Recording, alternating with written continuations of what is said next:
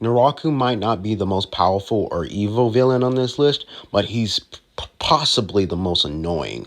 While other bad guys will just cut right to the killing and destroying, Naraku will bleed you to death with a million super obnoxious paper cuts and make sure to constantly be gone before you can catch him.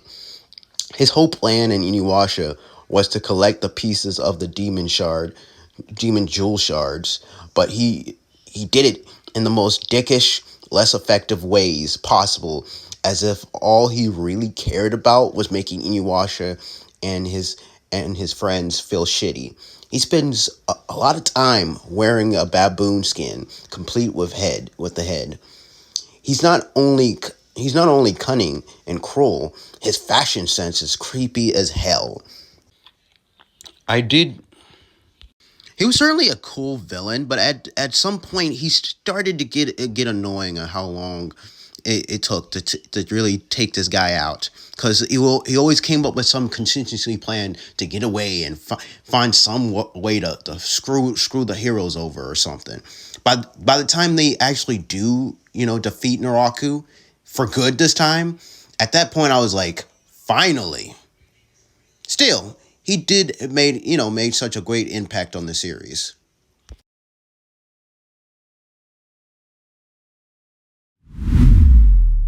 Another epic shonen villain, Bakura from Yu-Gi-Oh, got a big plan going throughout what five arcs.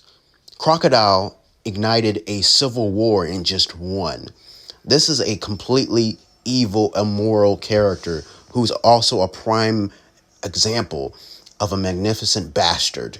Crocodile grew up to become one of the seven warlords of the sea, but also Mr. Zero, leader of the Baroque Works criminal society. Crocodile is not just a brilliant and nefarious villain, but an intriguing one as well. He gets a handful of development and depth that most other villains in the series lack. He's an irredeemable, hateful scumbag, but there's just a certain charm in, in how sleazy and stylish he is. He's also a very powerful foe, making him being the first villain in the series to truly outmatch Luffy and defeat him in battle twice. And for the longest time, he was my favorite One Piece villain. That was until a fellow warlord of his took center stage and basically succeeded where he failed.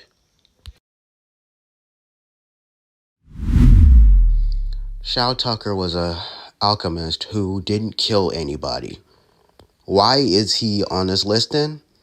Because in order to keep his alchemic grant money coming, and because he was tasked with researching Chimera, he turned his own adorable daughter, Nina, and her equally adorable dog into a chimera, merging them into one hideous, pitiable monster whose life was nothing but pain and confusion and betrayal in what is still one of the saddest, most traumatic anime moments of all time. He may not have killed anyone, but he hurt every single person who watched Full Metal Alchemist.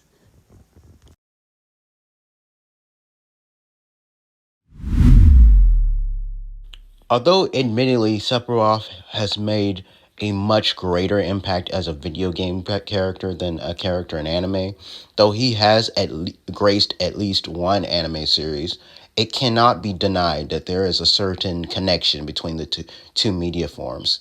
Anime often influences video game culture and vice versa.